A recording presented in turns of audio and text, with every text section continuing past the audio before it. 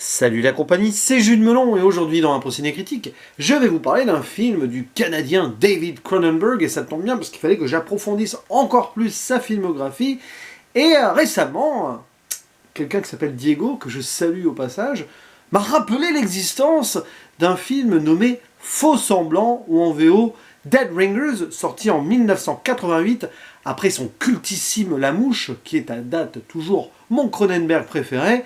Et ouais, il fallait que je le voie, ce métrage en mode thriller fantastique, mais assez réaliste aussi d'une certaine manière, pas loin de l'horreur psychologique, adapté d'un roman intitulé Twins. D'ailleurs, Cronenberg voulait appeler son film Jumeaux, enfin Twins, mais la même année, il me semble que Ivan Reitman sort son jumeau avec Schwarzenegger et Danny DeVito, donc c'était pas possible. Et au casting, nous retrouvons donc le temps de deux rôles, puisqu'il joue les jumeaux, un certain Jeremy Irons, à ses côtés la Canadienne Geneviève Bujold, qui avait joué dans Obsession de De Palma. Un petit côté De Palma dans ce film de Cronenberg d'ailleurs, bon, hein, toute proportion gardée.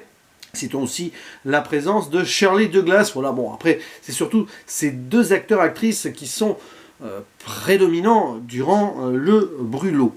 Et alors, l'histoire est simple, on va suivre deux frères jumeaux, on les voit enfants au début du film, qui deviennent par la suite gynécologues fort reconnus, les frères Mental.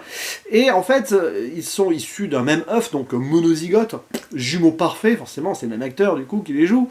Et ils partagent tout, au niveau du travail, mais aussi des femmes. Il y en a un qui va séduire une donc, conquête et après il va la partager avec son jumeau un peu plus introverti. Bon, pourquoi pas. D'un côté justement on a Elliot qui est sûr de lui, un petit peu qui s'adresse au public, etc. Et de l'autre Beverly, qui a presque un prénom de fille d'ailleurs, on va y revenir, c'est l'une des thématiques du métrage, qui est plus voilà timide mais c'est un peu le cerveau des deux, enfin voilà.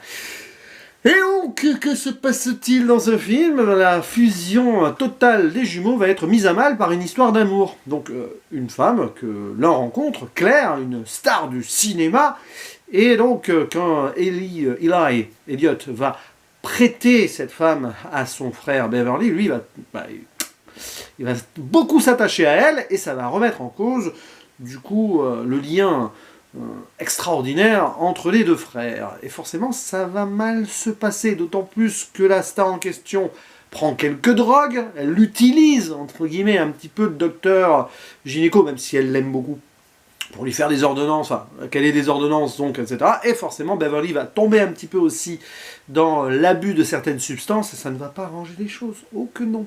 Oh là là. Et donc, descente aux enfers, etc. Et comment ça va se terminer? Est-ce que les deux jumeaux vont réussir à revenir, on va dire, dans cette fusion de naissance, ou au contraire, la séparation va être définitive? Je n'en dis pas plus. Bref, ce qui est certain, c'est que voilà un grand film, tout simplement. Il va faire partie de mes meilleurs Cronenberg. Probablement encore derrière La Mouche, qu'il faudra que je revoie. D'ailleurs, il faudra que je voie l'original aussi, parce que oui, il faut le savoir, La Mouche est un remake, un film de 1958. Hein. Mais voilà, quelque part autour des Chromosomes 3, dont j'ai parlé il y a quelques mois, ou Dead Zone, il se place probablement à la seconde position de mes Cronenberg actuellement, là, de ceux que j'ai vus. J'ai vu quand même la plupart des principaux avant sa période récente. Et pour moi, ce qui est fort, c'est bon, il y a l'ambiance, déjà. Parce qu'on installe ici cette relation presque incestueuse, c'est là où je vais revenir sur le prénom féminin de Beverly, entre deux frères qui sont ensemble d'un amour total. Donc voilà, et c'est presque, à mon avis, pas anodin que l'un est un prénom plus masculin et l'autre féminin, parce que ils sont tellement inséparables qu'ils vivent à leur manière une forme d'histoire d'amour. C'est une histoire de frères. C'est pour ça qu'ils ont du mal, enfin ils partagent tout, et quand il y en a un qui va tomber amoureux d'une autre fille, il y a presque de la jalousie, enfin c'est assez subtil comme cela. Et l'ambiance donc générale du film, portée par la musique de Howard Shore, qui ne paye pas de mine comme ça, mais qui accompagne parfaitement l'idée, et bien sûr portée par un jeu d'acteur remarquable de Jeremy Irons, qui vient souvent du... Je crois qu'il est venu du théâtre à l'époque, enfin il faisait beaucoup de théâtre aussi avant, donc il donne une caractéristique propre à chaque frère. Voilà, l'un qui est plus introverti, c'est voilà, comme ça, et l'autre plus hautain et tout, comme ça. Même au niveau de l'intonation de voix, il y a des différences. Pourtant, c'est les mêmes. Hein. Et c'est brillant.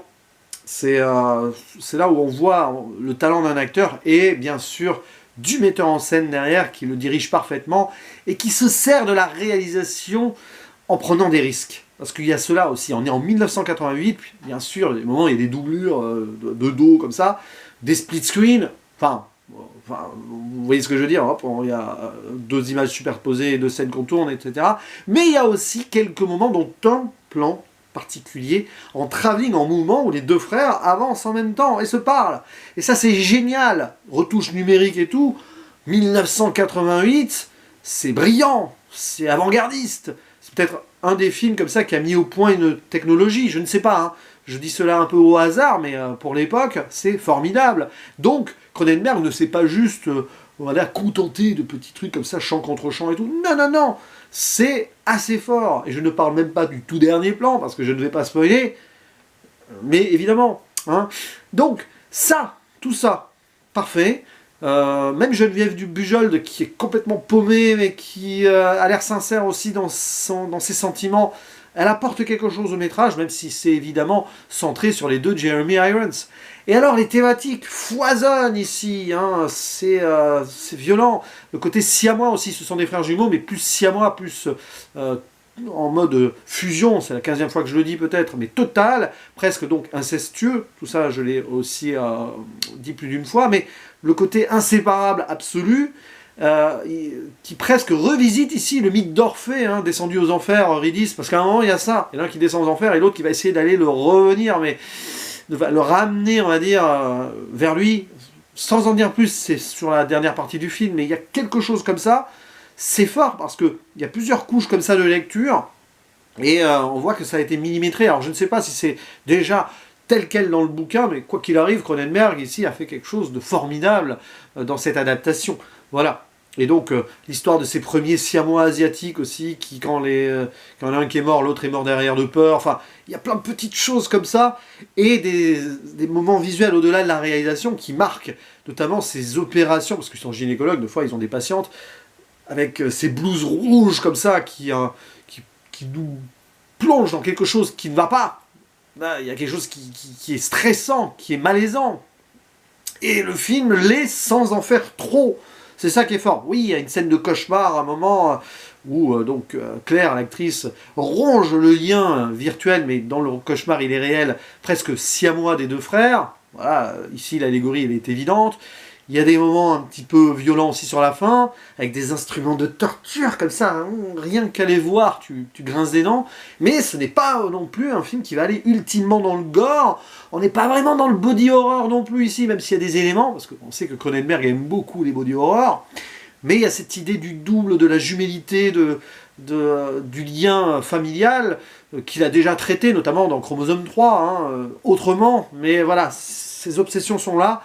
Et je trouve que c'est fait avec une véritable distance et profondeur, ça rend l'ensemble unique en son genre, avec cette ambiance, le disais-je, un petit peu à la De Palma, hein, il a fait Sœur de sang quelques années auparavant, le monsieur, et voilà, et puis ouais, il y a cette idée. Un peu à la Hitchcock aussi, parce que l'histoire du double, voilà, ce sont des thématiques qui m'inspirent beaucoup, moi, quand je vois un film. La dualité, alors parfois d'un même personnage avec son monstre et tout, puis ici avec deux, mais c'est comme un seul personnage qui se dédouble, en fait, les frères jumeaux, et c'est violemment bien écrit. Donc voilà, c'est un film, c'est difficile d'en parler comme ça à chaud, parce qu'il m'a marqué, et encore je fais cette vidéo le lendemain matin. Pour autant, je n'ai pas fait de cauchemar ni mal dormi, comme quoi, mais ça reste, et c'est un grand film de David Cronenberg. Alors après, je pourrais encore analyser beaucoup d'autres thématiques, mais je vais en rester là, parce que rien ne dit qu'un jour je ne reviendrai pas, ou sur ce film, ou sur le réal en son ensemble, parce que c'est un artiste complet et passionnant, David Cronenberg. Donc clairement, voilà, j'ai pas encore tout vu de lui, mais de ce que j'ai vu, même si certains, par exemple, je suis un petit peu resté hacké, comme Existence, ou surtout Crash, que je reverrai un jour, mais il y a quand même, quoi qu'il arrive, même quand je n'aime pas totalement sa proposition, toujours quelque chose à en tirer, et quelque chose de fascinant qui me fera revenir même sur les films que j'ai moins aimés. Donc ça, c'est vraiment passionnant. Bref, n'hésitez pas à dire en commentaire ce que vous pensez de ce faux semblant Dead Ringers en VO. Alors, Dead Ringers, comment on traduirait ça? Copie conforme morte? Bizarre comme titre, mais en même temps... avec le parallèle avec les Siamois asiatiques, par exemple, peut-être, je ne sais pas. Mais à vous la parole, ici. Et puis, si vous aimez Cronenberg, n'hésitez pas aussi à déclarer votre amour envers ce réalisateur.